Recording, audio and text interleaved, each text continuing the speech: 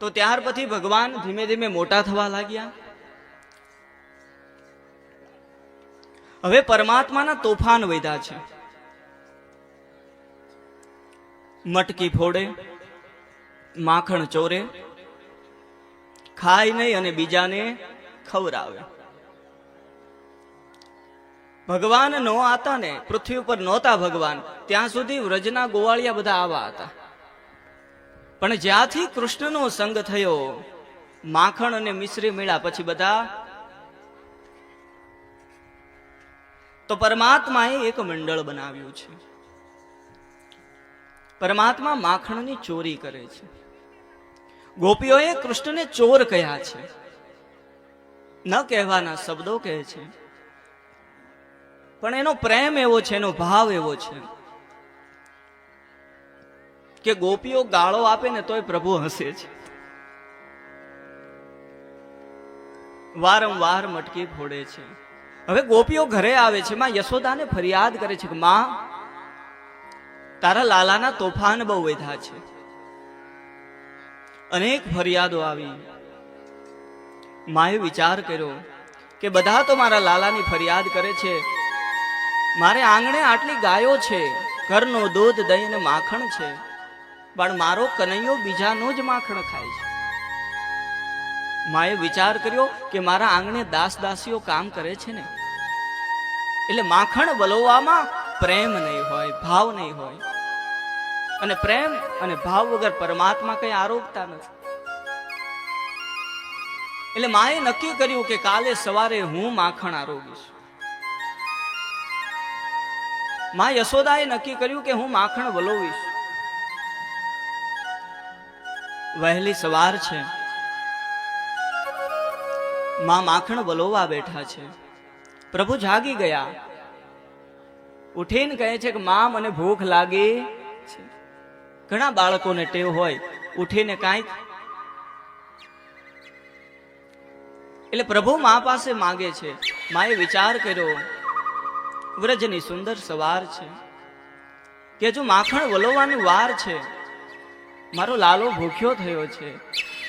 એટલે માએ માખણ વલોવાનું ત્યાં મૂકી દીધું. હવે માખણ વલોવામાં તમને ખબર હશે કે એમાં કઈ વચ્ચે રજા મળે, સતત મહેનત કરવી પડે. અમારી માવડીઓએ માખણ વલોવ્યું હશે. આ તમે એવા પ્રેમથી અને ભાવથી કથા સાંભળો છો. આ જેટલા ઉંમર લાયક માડી છે ને, આ બધાને જોઉં ને ત્યાં મને એમ થાય કે તમે બધા માં સબરી છો. અને જેટલા યુવાન છે એ બધાને જોઉં તો એમ થાય કે એક દી મીરાબાઈ આમ જ કથા સાંભળવા બેઠા છે. તમારા બધાયનું જીવન સબરી અને મીરા જેવું છે. એટલે તમારા નામ ઉપર સિક્કો લાગી ગયો છે. ક્યારેક ને ક્યારેક તો ભગવાનના દરબારમાં તમારો વારો આવી જશે. અને આમ તો શાંતિરામ બાપુ જેવા સંતની જે જીવ ઉપર દ્રષ્ટિ પડે ને, એના 84 ના ફેરા ટળી જાય. પછી એનું પુનરપી જનનમ પુનરપી મરણમ પુનરપી જનની છઠરે શયનમ, આ આખી પ્રક્રિયા બંધ થઈ જાય. જેની ઉપર સંતની દ્રષ્ટિ પડે.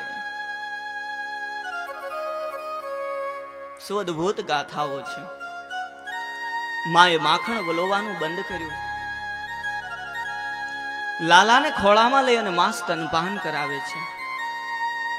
પણ એ જ સમયે ઘટના એવી ઘટી કે માએ ચૂલા ઉપર દૂધ મૂક્યું હતું અને દૂધ ઉભરાવા આવ્યું.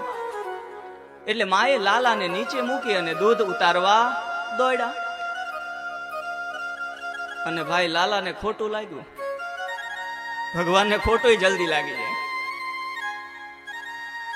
ખોટું એટલા માટે લાગે કે જે જીવ એકવાર મારો થઈ ગયો પછી એ સંસારના ભોગ પદાર્થ તરફ દોડે ને, મારા પ્રભુને ગમે નહીં. માને મારી કરતા દૂધની કિંમત છે. મને નીચે મૂકી અને માં દૂધ ઉતારવા ગયા. પણ મહાપુરુષો એમ કહે છે કે ચૂલા ઉપર જે દૂધ હતું ને, એ ગંગી ગાયનું દૂધ હતું. કૃષ્ણને જ્યારે ભૂખ લાગે, તરસ લાગે, દૂધ માગે, ત્યારે માં એને ગંગી ગાયનું દૂધ પીવરાવતા. એટલે માએ વિચાર કર્યો એ ગંગી ગાયનું દૂધ છે, જો એ ઉભરાઈ જશે ને લાલાને ભૂખ લાગશે તો બીજું શું પાઈશ. એટલે માં દૂધ ઉતારવા ગયા, પણ પ્રભુને ખોટું લાગ્યું. ચટણી વાટવાનો ખાંડણીઓ લીધો અને માખણની મટકી ઘરમાં જ તોડી નાખી.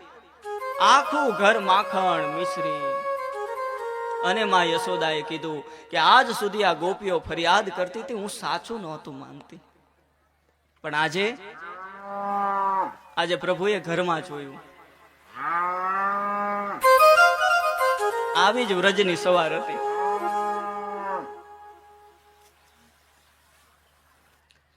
એટલે માએ નક્કી કર્યું કે લાલાના તોફાન દિવસે ને દિવસે વધે છે, મારે એને સજા કરવી પડશે. એટલે માએ હાથમાં લાકડી લીધી અને લાલાની પાછળ દોડે છે. પણ આનું નામ તો ગમે એમ નટખટ ને. આગળ આગળ બાલકૃષ્ણ ને પાછળ પાછળ માં યશોદા. ક્યારેય માએ ન ફરી હતી. નંદ મહેલની ભગવાને 3-4 પ્રદક્ષિણા ફેરવી. માના હાથમાં લાકડી છે, લાલા ઉભો રે ઉભો રે, પણ ઉભો રે ઈ બીજો. આગળ આગળ પ્રભુ દોડે, હાથમાં લાકડી લઈને પાછળ બહુ મોટી ઉંમરે માં યશોદા જાય છે. લાલા ઉભો રે ઉભો રે ઉભો રે, પણ પ્રભુ ઉભા રે. માં હવે થાક્યા, લાકડીનો ઘા કર્યો, લમણે હાથ દીધા ને ઓટલા ઉપર બેઠા.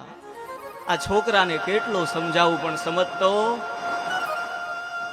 માએ લમણે હાથ દીધા અને ધીમે ધીમે ડગલા માંડીને પ્રભુ ખોળામાં આવીને બેસી ગયા. કથા સમજાવે છે કે ભગવાન ને જો ભોગના પદાર્થ લઈને ગોતવા જશું તો પ્રભુ નહીં મળે. પ્રભુ ડરાવાથી નથી મળતા, પ્રભુ લાલચથી નથી મળતા, પ્રભુ કપટથી નથી મળતા. જો કોઈ જીવને એકવાર પરમાત્મા કૃષ્ણના દર્શન કરવાની ઈચ્છા થાય તો સૌથી પહેલા લાલચ, કપટ, ક્રોધ, મોહ આને છોડવું પડે. તમે પ્રભુને ડરાવીને પામી શકો નહીં. 5, 25, 50, 100 રૂપિયાનો ઘા કરીને પ્રભુને પામી શકાય નહીં. મારો નાથ તો અનન્ય પ્રેમથી મળે છે, સંસારતા વૈભવથી ન મળે. અને એટલે જ કવિ પ્રીતમે કીધું કે પ્રેમ વિના પામે નહીં, ભલે હુનર કરો 1000, કહે છે પ્રીતમ પ્રેમ વિના મળે નહીં નંદકુમાર. અનન્ય પ્રેમ વગર પરમાત્માની પ્રાપ્તિ ન થાય. માએ લાકડીનો ઘા કર્યો, પ્રભુ ખોળામાં આવીને બેસી ગયા. પણ માએ નક્કી કર્યું કે જો આને સજા નહીં કરું તો દિવસે ને દિવસે લાલાના તોફાન વધશે.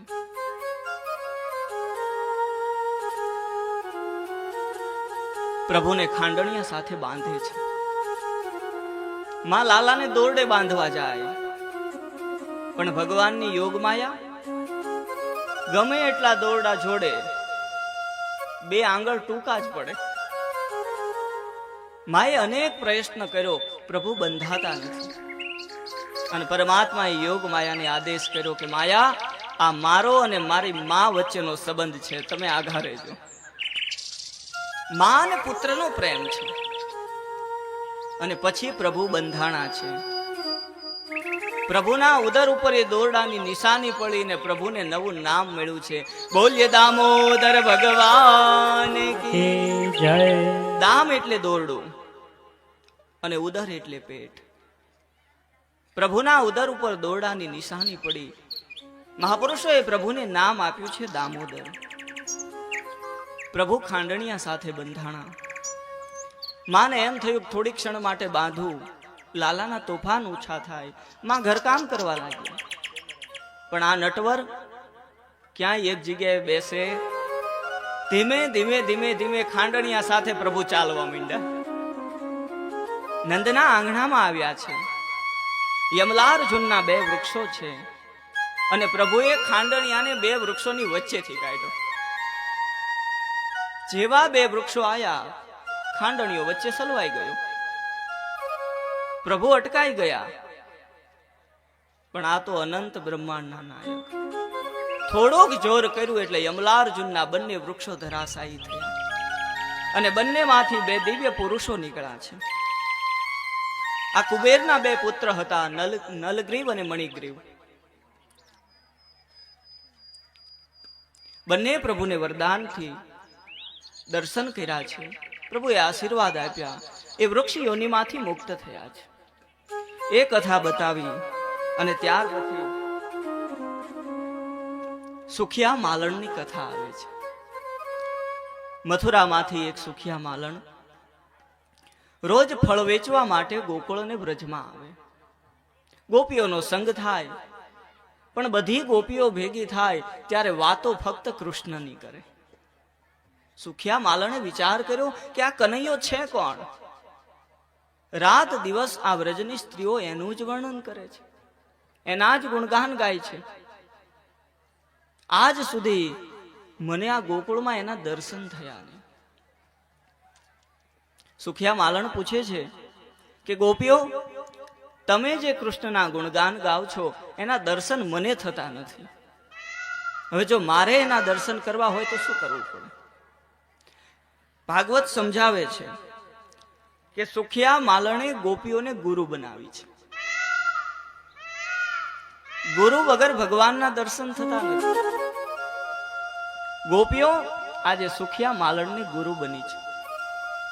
સુખિયા માલણને કીધું છે કે તું નંદ મહેલની ફરતે પરમાત્માના નામનું સ્મરણ કરતા કરતા રોજ 108 પ્રદક્ષિણા કર. જો ગુરુ કોઈ સાધન બતાવે, સાધન ગમે એ સ્વરૂપનું હોય, પછી એ મઢી બનાવીને તોડી નાખવાની તો એ ભક્તિ જ છે. એ કે કૂવો ગાળો ને પછી કે બુરી દો તો એનું સાધન જ છે. એન કેન પ્રકારે જીવ પાસે સદગુરુ સેવા લે છે. ગોપીઓએ સુખિયા માલણની સેવા આપી છે કે નંદ મહેલની ફરતે તું રોજ 108 પ્રદક્ષિણા કર. અને સતત 3 વર્ષ સુધી સુખિયા માલણે નંદ મહેલની ફરતે પ્રદક્ષિણા કરી છે. પણ આજ એના ભાગ્યનો ઉદય થયો છે. સ્વયં બાલકૃષ્ણ સામે ચાલીને આવ્યા છે. માથે ફળનો ટોપલો છે. માલણને કહે છે કે તું મને ફળ આપીશ? પણ માલણ કહે છે કે હું ફળ આપવા નહીં, હું ફળ વેચવા આવી છું. હું વેપારી છું, ફળ વેચું છું. તું મને કંઈક આપ તો હું તને કંઈક આપું.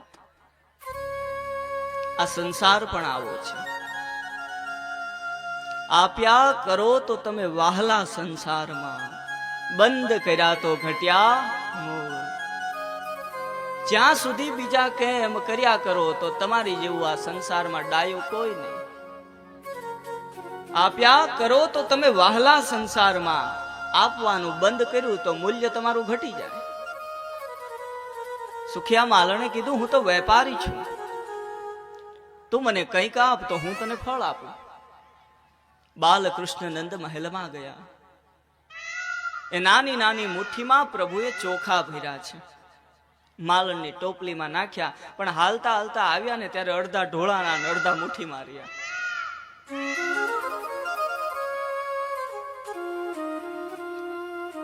કેવી પ્રભુની લીલા છે. સુખિયા માલણે કીધું, લાલા આટલા ચોખામાં ફળ ન મળે, પણ આજે હું તને આપું છું, કાલે થોડાક વધારે લઈને આવજો. પણ પરમાત્માના દર્શન કર્યા, બાલકૃષ્ણનું એ સ્વરૂપ જોયું એટલે સુખિયા માલણના હૃદયમાં વાત્સલ્ય જાગ્યું છે. મનમાં ભાવ થયો કે આ બાલકૃષ્ણ મારા ખોળામાં બેસે, હું એના માથે હાથ ફેરવું. પરમાત્માનું કામ જ એ છે કે જે જીવ પ્રભુ પ્રત્યે ઈચ્છા પ્રગટ કરે એ ઈચ્છાને એને પૂરી કરવી. કૃષ્ણ હાથમાં ફળ લઈ અને સુખિયા માલણના ખોળામાં બેઠા છે. વાત્સલ્યનો ભાવ માલણનો પ્રભુએ પરિપૂર્ણ કર્યો છે. માલણ ટોપલો લઈને ઘરે ગઈ. કથા તમે બધા જાણો છો. રાત્રે અંધારું થયું, ટોપલામાં પ્રકાશ જાગ્યો અને એક એક ચોખાનો દાણો સાચા મોતી બની ગયા છે. શું પ્રભુની કૃપા છે. એ કથા બતાવી અને ત્યાર પછી વારંવાર ગોકુળમાં ઉત્પાત થાય છે. એટલે ઉપનંદ કાકાએ કહ્યું કે હવે આપણે ગોકુળ છોડી દઈએ. આગળ એક વન છે, એનું નામ છે વૃંદાવન, અને આખા ગોકુળવાસીઓ વૃંદાવનમાં વાસ કરે છે. વૃંદા શબ્દનો અર્થ થાય છે ભક્તિ. વૃંદાવન એટલે ભક્તિનું વન. આ ભક્તિનું વન ક્યાં પ્રગટ થાય? જ્યાં પરમાત્માના નામની કથા થાય, પરમાત્માના નામનું કીર્તન થાય, ત્યાં વૃંદાવન સાથે સ્વયં ભગવાન પ્રગટ થાય છે. સ્વયં ભગવાને કીધું છે, નાહમ વસામી વૈકુંઠે યોગિનામ હૃદયેન ચ મદભક્તા યત્ર ગાયંતી તત્ર તિષ્ઠામિ નારદ. એકવાર નારદજીએ પૂછ્યું, પ્રભુ તમારો વાસ ક્યાં છે? સ્વયં શ્રી કૃષ્ણએ કહ્યું, નાહમ વસામી વૈકુંઠે. આમ જો તો હું વૈકુંઠમાં રહેતો નથી. નાહમ વસામી વૈકુંઠે યોગિનામ હૃદયેન ચ. હું યોગીઓના હૃદયમાં પણ રહેતો નથી. મદભક્તા યત્ર ગાયંતી તત્ર તિષ્ઠામિ નારદ. હે નારદ, જ્યાં મારા આવા વહાલા ભક્તો ભેગા થઈ મારી ભક્તિ કરે, મારું કીર્તન કરે, મારું પૂજન કરે ને મારું યજન કરે, હે નારદ, હું સદૈવની માટે ત્યાં વાસ કરું છું. એટલે 7 દિવસ સુધી આપણે પરમાત્માની દ્રષ્ટિમાં આવી ગયા છીએ. આ ભગવાન ભાગવતજીનો દિવ્ય ગ્રંથ એ ભગવાન કૃષ્ણનું વાંગમય સ્વરૂપ છે. પરમાત્મા ધરાધામ છોડીને ગયા પછી ઉદ્ધવે કહ્યું કે પ્રભુ આપ જાઓ છો, આપની વગર આ સૃષ્ટિની કલ્પના કેમ કરી શકાય? અને ત્યારે પ્રભુએ ઉદ્ધવને કીધું, હે ઉદ્ધવ, હું તો આ ધરા છોડીને જાઉં છું, પણ સદૈવની માટે મારો વાસ એ આ ભાગવતજીની અંદર બિરાજિત રહેશે. એટલે ભાગવતજીને ભગવાનનું વાંગમય સ્વરૂપ પણ કહ્યું અને પરમાત્મા કૃષ્ણની શબ્દમય મૂર્તિ પણ કીધી છે. પ્રભુએ વૃંદાવનમાં વાસ કર્યો. હવે ધીમે ધીમે પ્રભુ મોટા થાય છે, એમ ગાયો ચરાવવા જાય છે, વાછડાઓને લઈને વનમાં જાય છે. પ્રભુ વત્સપાલ બન્યા, પ્રભુ ગોપાલ બન્યા છે. અને વૃંદાવનના વનની અંદર પણ કંસે અનેક રાક્ષસોને મૂક્યા છે. દરેક વખતે મામા અલગ અલગ રમકડાને મોકલા કરે, પણ ભાણે જેવા તોફાની ને કે જેને મોકલે ને એને હમાનમાં પૂતનાને મોકલી, સકટાસુરને મોકલ્યો. અનેક રમકડાને મામા મોહાળથી મોકલા કરે અને આ બાજુ ભાણેજ તોડ્યા કરે. વૃંદાવનની પણ અંદર કંસે વત્સાસુર, બકાસુર અને અઘાસુરને મોકલા છે. પ્રભુએ ત્રણેયનું કલ્યાણ કર્યું. સાર એટલો છે કે વત્સાસુર જે વાછડાના સ્વરૂપમાં આવ્યો, વત્સાસુર એટલે અજ્ઞાન, બકાસુર એટલે દંભ અને અઘાસુર એટલે પાપ. જે જીવાત્મા ભક્તિના પંથમાં આગળ વધે, સદગુરુ સૌથી પહેલા એના જીવનમાંથી દંભ, પાપ અને અજ્ઞાનને ચીરી નાખે છે. કારણ કે આ બધાઈને લઈને આપણે આ માર્ગે આગળ નહીં હાલી શકીએ. સંત મિલન કો જાઈએ, સાધુ પુરુષના દર્શને જઈએ ને, કોઈ આવા ભજનાનંદી મહાત્માને મળવા જઈએ ને તો કેમ જવું? સંત મિલન કો જાઈએ તજમાન મોહ અભિમાન. આને છોડીને જવાનું છે, હારે લઈને નહીં. સંત મિલન કો જાઈએ તજમાન મોહ અભિમાન, જો જો પાવ આગે ધરે કોટી યજ્ઞ સમાન. કરોડો અશ્વમેઘ યજ્ઞનું ફળ મળે જો જીવાત્મા કામ, ક્રોધ, લબ, મોહ, મત્સ, આળસ અને નિંદ્રાને ત્યાગી અને સદગુરુના સાનિધ્યમાં જાય. પ્રભુએ વ્રજના વનની અંદર અનેક રાક્ષસોનું કલ્યાણ કર્યું. ત્યાર પછી એક તાલવન નામને વન છે. અને આ વનની અંદર એક ધેનુકાસુર નામનો રાક્ષસ રહે છે. એને ધરાહરી જગ્યા પચાવી છે. એના મૂળ માલિકીની નથી. ઘણા હોય ને એવા, નામ એ ન હોય પણ વાડો વાળી લે. આ ધેનકાસુરે આવી રીતે આખું તાલ વન પચાવ્યું છે. અને શાસ્ત્રમાં લખ્યું છે, ગૌચરણની આટલી રજ માત્ર જો ભૂમિ તમારામાં આવી જાય ને તો તમારા બાપ દાદા મૂકીને ગયા હોય ને એ વેચવી પડે. આ અપરાધ જીવનમાં ક્યારેય નહીં થાય. પરમાત્માને પ્રાર્થના કરવાની. કદાચ આપણામાંથી અડધો વીઘો ગૌશાળામાં જતી રહે, મૂંઝાવાનું નહીં. તો આ તાલવનમાં એક ધેનકાસુર નામનો રાક્ષસ રહે છે. ધરાહર એને જગ્યાએ પચાવી પાડી છે. પ્રભુ ગૌચરણ કરતા કરતા એ બાજુ આવ્યા. ગુવાળ કહે છે કે લાલા, આ વનમાં પ્રવેશ કરવો નથી. કારણ ત્યાં ધેનકાસુર નામે એક રાક્ષસ રહે છે. એને ધરાહર એ વનને પચાવ્યું છે. ભગવાને કીધું કે એ વન એનું છે? તો કે ના. તો કે તો આપણે જવું પડશે. કૃષ્ણ બલરામ ગોપ બાળકોની સાથે ગાયોને લઈ અને આ તાલવનમાં પ્રવેશ કરે છે. એટલે ધેનકાસુર રાક્ષસે જોયું કે મારા વનમાં કોઈ આવે છે. કૃષ્ણને બલરામની સામે પ્રહાર કરવા જાય છે. એટલે કૃષ્ણ એ ધેનકાસુર સાથે યુદ્ધ કરે, પણ બલરામજી અટકાવે છે કે લાલા, તમે બાજુ મારો, આને તો હું એક જ પહોંચી જઈશ. અને બલરામજીને ધેનકાસુરનું યુદ્ધ થાય છે. ધેનકાસુરનું કલ્યાણ કર્યું. બધા ગોપ બાળકો પાસે યુદ્ધ પતાવી અને સાંજે ઘરે આવ્યા. રોજ પ્રભુ વનમાં જાય, અવનવી લીલાઓ કરે. એટલે ગોપીઓ પૂછે ગોપ બાળકોને કે આજે લાલાએ શું કર્યું, આજે કૃષ્ણએ કઈ લીલા કરી. એટલે આજે બધા જ ગોપ બાળકો કહે છે કે આજે લાલાએ કાંઈ કર્યું નથી, પણ મોટા ભાઈ બલરામજીએ એક ગધા ગધેડાને માર્યો. એટલે બધા બલરામજીની મસ્કરી કરે છે. અને બલરામજી કહે છે એ ગધો ગધેડો ન હતો, એક રાક્ષસ હતો. ધીમે ધીમે સમાચાર માં યશોદા સુધી પહોંચ્યા. માં સમજાવે છે, બલરામ, તારે આવું કર્મ ન કરાય. પણ માં એ રાક્ષસ હતો અને કૃષ્ણને બધા ગોવાળો ચીડવે છે. માં, મોટા ભાઈએ એક ગધા ગધેડાને માર્યો. અને બલરામજી રિસાઈ ગયા. બીજા દિવસની વહેલી સવાર માં જગાડે છે, જાગને જાદવા કૃષ્ણ ગોવાળિયા.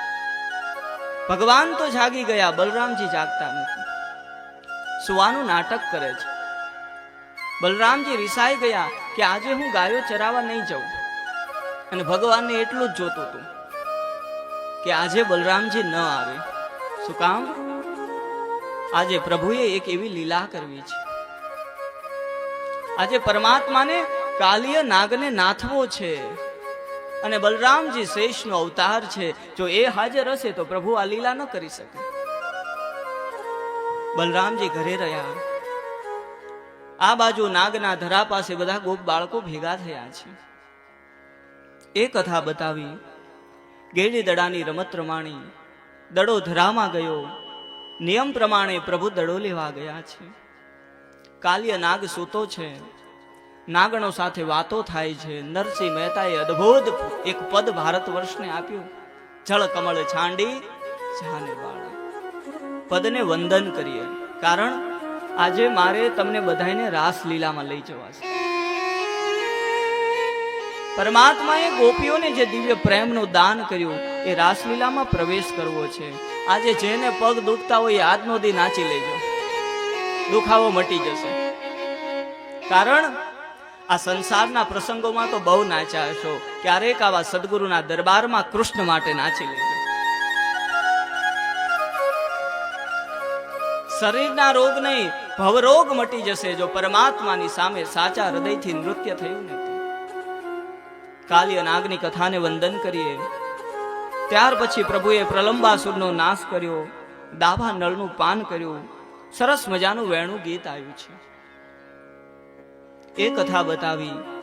અને હવે નંદ બાબા બધા વ્રજવાસીઓને ભેગા કરી અને ઇન્દ્રના યજ્ઞ કરવાનું નક્કી કરે છે. કોનો યજ્ઞ? ઇન્દ્ર માટે યજ્ઞ.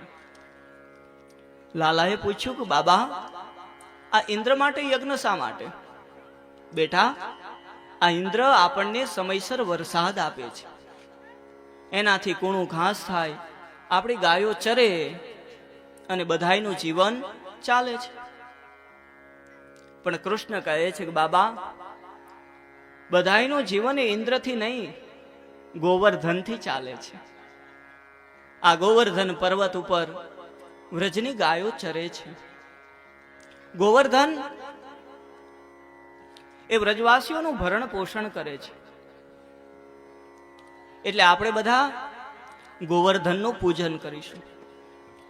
નંદ બાબા કહે છે કે બેટા, ગોવર્ધનનું પૂજન કેમ થાય? લાલો કહે છે હું સમજાવીશ. પૂજન કેમ થાય? જો ગોવર્ધન શબ્દનો અર્થ છે. સૌથી પહેલા ભાગવતજીમાં ગોવર્ધનની કથા આવી અને ત્યાર પછી રાસલીલા આવી. સુખદેવજી મહારાજે કથાઓને પણ યોગ્ય ક્રમ આપ્યો છે. ગો શબ્દના અનેક અર્થ થાય. ગો એટલે ગાય, ગો એટલે ઇન્દ્રિય, ગો એટલે જ્ઞાન. પણ પરમાત્માએ ગોવર્ધનની પૂજા કરવાનું સૂચન કર્યું. કાલે સૌ રજવાસીઓ પોતાના ઘરે ભગવાન માટે થાળ બનાવજો. આપણે ગોવર્ધનનું પૂજન કરશું, અર્ચન કરશું, એનો અભિષેક કરશું. આ કથા છે ને, એ પરમાત્માએ પ્રકૃતિ પ્રત્યે પોતાનો પ્રેમ દાખવ્યો છે. આ કથામાં એ જ સૂચન કર્યું છે કે પ્રકૃતિ સાથે ચેડા કરાય નહીં. જો માણસને સારું જીવન જીવવું હોય તો પ્રકૃતિનું રક્ષણ કરવું પડશે. અને મને વધારે આનંદ એટલા માટે થયો કે આ ગામના નવયુવાનો એ પ્રાકૃતિક ખેતી તરફ એક કદમ આગળ વધારી રહ્યા છે. મારા ઉતારે આવ્યા હતા. સોમભાઈ છે, અજીતભાઈ છે, કૌશિકભાઈ છે. આ બધા એવો પ્રયત્ન કરે છે કે આપણે ખેતીની અંદર જે યુરિયા ખાતર નાખી છે, આ યુરિયા ખાતરથી જે ફળ થાય છે, જે શાકભાજી થાય છે, જે ધાન્ય પદાર્થો થાય છે, જો આમ નામ ચાલ્યું કર્યું ને તો એક સમય એવો સમય આવશે કે ઘરે ઘરે કેન્સરના દર્દીઓ ઊભા થશે. આ યુરિયા બહુ ભયાનક છે. અને એટલા માટે જ પ્રાકૃતિક ખેતી કરવાનું આ લોકો એક સંકલ્પ કર્યો છે. મને બહુ આનંદ થયો. આ પ્રકૃતિની સેવા એ જ પરમાત્માની સેવા છે. એકવાર આ નવયુવાનો માટે તાળીઓ પાડો.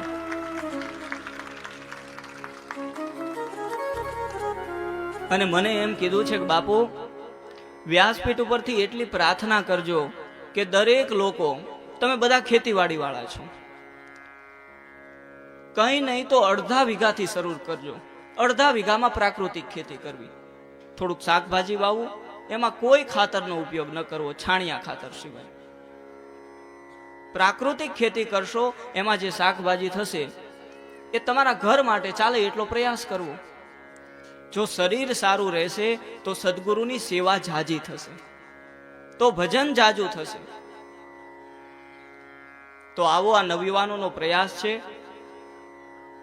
ભગવાન ભાગવતજીને પ્રાર્થના કરું છું કે એમને ખૂબ શક્તિ આપે, એમના સંકલ્પને આગળ વધારે અને આખું ગુજરાત પ્રાકૃતિક ખેતી કરતું થઈ જાય એવી વ્યાસપીઠ ઉપરથી હું પ્રભુને પ્રાર્થના કરું છું.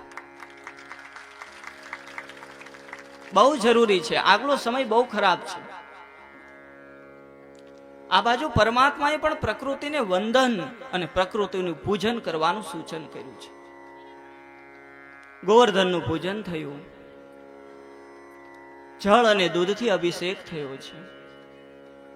ઇન્દ્રને ખબર પડી કે આ વ્રજવાસીઓએ જે દર વખતે મારો યજ્ઞ કરે છે એને મારો યજ્ઞ બંધ કરી દીધો અને ગોવર્ધનનું પૂજન કર્યું.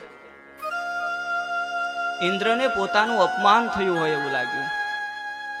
એટલે બધા મેઘોને આજ્ઞા કરી, તમે બધા જ વ્રજ ઉપર તૂટી પડો.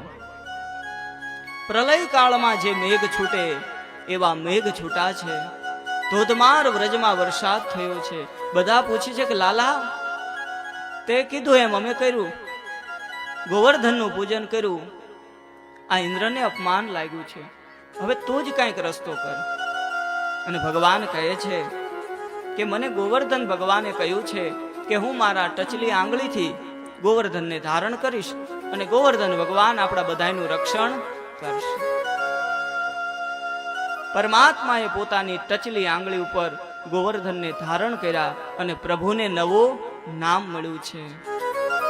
બોલો ગોવર્ધન ધારી ભગવાન કી જય, ગિરિરાજ ધરણ કી જય, ભાગવત ભગવાન કી જય. સતત 7 દિવસ સુધી ધોધમાર વરસાદ પડ્યો. પ્રલયકાળ વખતેના મેઘો છૂટા છે. ઇન્દ્રને એમ થયું કે આ વરસાદમાં તો આખું વ્રજ તણાઈ ગયું હશે. ઇન્દ્ર જોવા આવે છે તો આખું વ્રજ સુરક્ષિત છે. બધાયને ગોવર્ધનની નીચે આશ્રય મળ્યો છે. પ્રભુ ગિરિરાજ ધારી બન્યા એ દ્રશ્ય ઇન્દ્રએ જોયું અને પછી ઇન્દ્રને થયું આ કોઈ સામાન્ય બાળક નથી. ઇન્દ્રએ વિચાર કર્યો તો કૃષ્ણની અંદર સાક્ષાત પરમાત્માના દર્શન થયા છે. ઇન્દ્રએ પ્રભુની ક્ષમા માંગી છે. આમ પરમાત્માએ પ્રકૃતિના રક્ષણ માટે, ઇન્દ્રિયોના સંયમ માટે, જ્ઞાનની વૃદ્ધિ માટે આ ગોવર્ધનની લીલા બતાવી છે. ત્યારબાદ રાસ લીલાનો પ્રસંગ આવે છે. શરદ પૂનમની રાત પરમાત્માએ વેણુ નાદ કર્યો છે. બધી જ ગોપીઓ પોતપોતાના ઘરે પોતપોતાનું કાન કરે છે. પણ જે જીવ લાયક હતો એના કાને પરમાત્માની બંસીનો નાદ ગયો છે. પરમાત્માએ વેણુ નાદ કર્યો, ગોપીઓના કાને શબ્દ સંભળાણો. ગોપીઓ દોડીને આવી છે. પણ કૃષ્ણ પૂછે છે આવી મધરાતે તમે અહીં શા માટે આવ્યા? જો એક તો ભગવાને બોલાવ્યા, ગોપીઓ આવી અને પછી પૂછે છે કે તમે શા માટે આવ્યા? સ્ત્રીઓ માટે નિયમ છે, સંધ્યા સમય થઈ જાય પછી સ્ત્રીઓએ ઘરની બહાર નીકળાય. એક ગામમાં મને કે મહારાજ અમારે દેવો નિયમ છે, સંધ્યા પછી જ બહાર નીકળાય.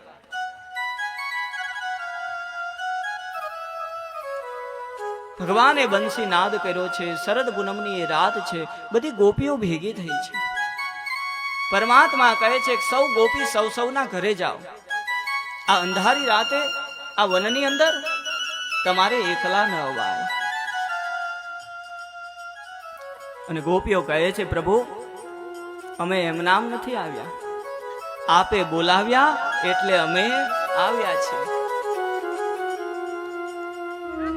પરમાત્મા પાછા મોકલવાની વાત કરે છે એટલે ગોપી કહે છે પ્રભુ કરો, અમે પાછા જતા રહીએ, પણ અમારું મન તમારી પાસે છે એ મન અમને આપી દો. કારણ અમારું મન આપની અંદર છે અને અમે ઘરે જઈએ તો ઘરનું કઈ કામ થતું નથી. બાળકો એમ નામ રખડે છે, ગાયોની સેવા થતી નથી, ગોપીઓને દેહવાન ભૂલાણું છે. પરમાત્માએ પરીક્ષા કરી. એ પરીક્ષામાં ગોપીઓ પ્રાસ થઈ છે. અને પછી એ શરદ પૂનમની રાતે પરમાત્મા એક એક ગોપીને દિવ્ય પ્રેમનું દાન કરે છે. જો ફરીવાર કહું છું, ગોપી એટલે કોઈ સ્ત્રી નથી. ગો પીબતી ઇન્દ્રિય ઇતિ ગોપી. જે જીવ પોતાની એક એક ઇન્દ્રિયથી કૃષ્ણ કથાનું ભક્તિ રસનું પાન કરે છે આવો જીવ એટલે ગોપી. અને આ વ્રજમાં ગોપીઓ કોણ બની છે? રામાવતારમાં પણ અનેક ભક્તો ભગવાનની ભક્તિથી એવા તૃપ્ત થયા જેને દિવ્ય પ્રેમ રસનું પાન કરવું હતું. પણ પ્રભુએ કહ્યું આપ બધા જ કૃષ્ણ અવતારમાં આવજો. કારણ રામ અવતાર એ મર્યાદા પુરુષોત્તમનો અવતાર છે. અનેક અવતારોમાં પ્રભુએ જેને જેને વચન અને વરદાન આપ્યા હતા ને એ બધાને કૃષ્ણ અવતારમાં ભેગા કરી નાખ્યા. દિવ્ય રાસલીલા શરૂ થઈ છે. એક એક ગોપી સાથે એક એક કૃષ્ણ નૃત્ય કરે છે. નારદજીને ખબર પડી કે આ ધરાધામ ઉપર પરમાત્મા રાસલીલા કરે છે. નારદજી આવ્યા છે પણ રાસલીલામાં પ્રવેશ મળ્યો નથી. કારણ રાસમાં પ્રવેશ કરવો હોય તો જીવને ગોપી બનવું પડે. અને વ્રજની અંદર રાધા કુંડમાં નારદજીએ સ્નાન કર્યું. નારદજી પણ નારદીય ગોપી બન્યા છે અને પછી રાસમાં સ્થાન મળ્યું. બીજી બાજુ ભગવાન ભોળાનાથને ખબર પડી કે મારા પ્રભુ રાસલીલા કરે છે. હવે શિવ પણ રાસલીલામાં આવ્યા પણ પ્રવેશ મળતો નથી. જો રાસલીલામાં પ્રવેશ કરવો હોય તો જીવને ગોપી બનવું પડે. માં ભવાની આવે છે. માં ભવાની આવે છે અને ભગવાન ભોળાનાથે કીધું કે મને રાસમાં લઈ જાઓ. માં પાર્વતી ના પાડે છે. ગોપી બનવું પડે તો કે હું ગોપી બનવા તૈયાર છું. હવે વિચાર કરો, ભગવાન ભોળાનાથ ગોપી બને. एक बार शिव भोले भंडारी बनकर ब्रज की नारी गोकुल में आ गए, ओ गोकुल में आ गए. एक बार शिव भोले भंडारी बन के ब्रज की नारी गोकुल में आ गए, हो गोकुल में आ गए. शिव પણ ગોપી બન્યા. હવે વિચાર કરો, જેના ગળામાં સર્પ છે,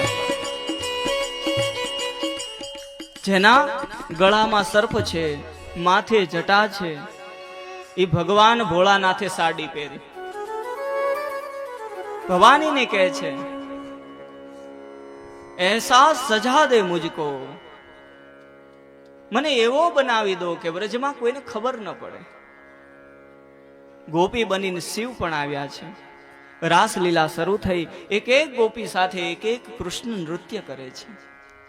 પણ ગોપીઓના હૃદયમાં સૂક્ષ્મ અહંકાર જાગ્યો કે આટલી બધી ગોપીઓ છે પણ કૃષ્ણ તો અમારી સાથે જ છે. અને જ્યાં અહંકાર જાગે ને ત્યાં પરમાત્મા રહેતા નથી. જ્યાં ભોગ છે ત્યાં ભગવાન નથી. જ્યાં અહમ છે ત્યાં પ્રભુ નથી. જેવો અહંકાર જાગ્યો એવા પરમાત્મા અદ્રશ્ય થઈ ગયા. બધી ગોપીઓ વિચાર કરે છે, પ્રભુ ક્યાં ગયા, પ્રભુ ક્યાં ગયા. ગોપીઓ વ્યાકુળ બની. બધી ગોપીઓ કૃષ્ણને ગોતે છે. વિચાર કર્યો કે આપણામાંથી એક ગોપી નથી, નક્કી પ્રભુ એને લઈને ગયા છે. અને જે જે ડગલા પ્રભુના આગળ મંડાણા છે, બધી ગોપીઓ પાછળ પાછળ ચાલે છે. હવે જે ગોપીને લઈને પ્રભુ ગયા હતા એના મનમાં પણ સૂક્ષ્મ અહંકાર જાગ્યો કે આટલી બધી ગોપીઓ હતી, પ્રભુ મને એકને જ લઈને ગયા. આગળ ગયા તો એ ગોપી પણ ઝાડે ટીંગાણેલી હતી. જેના મનમાં, જેના હૃદયમાં અહંકાર જાગે, પ્રભુ એનો ત્યાગ કરે છે. બધી ગોપીઓ વિચાર કરે છે, પ્રભુ અંતર ધ્યાન થયા, હવે શું કરવું? તો કે હવે ગોત્યો આ ગોપાલ જડે નહીં. આખા સંસારમાં ભટકો, બ્રહ્માંડમાં ભટકો, ભટકવાથી ભગવાન મળતા નથી. તો શું કરીએ? તો કે જ્યાંથી પ્રભુ ખોવાણા છે ત્યાંથી જ પ્રભુ મળશે. આમ જોવો તો દરેકના હૃદયમાં રામ છે, દરેકના હૃદયમાં કૃષ્ણ છે. એને બહાર ગોતવાના નથી.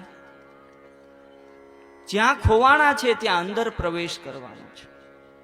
અને એ જ જગ્યા ઉપર બધી ગોપીઓ ભેગી થઈ. વિચાર કર્યો કે આપણે પરમાત્મા માટે એક ગીત ગાઈએ. દરેક ગોપીએ ભેગી થઈ આર્તનાદથી પરમાત્માનો વિલાપ કરે છે, પ્રભુને પ્રાર્થના કરે છે, હે પ્રભુ, આપ સિવાય આ સંસારમાં જીવનું કોઈ નથી. આપના દિવ્ય પ્રેમ માટે તો અમે તરસીએ છીએ. શું ગોપીઓનો ભાવ છે.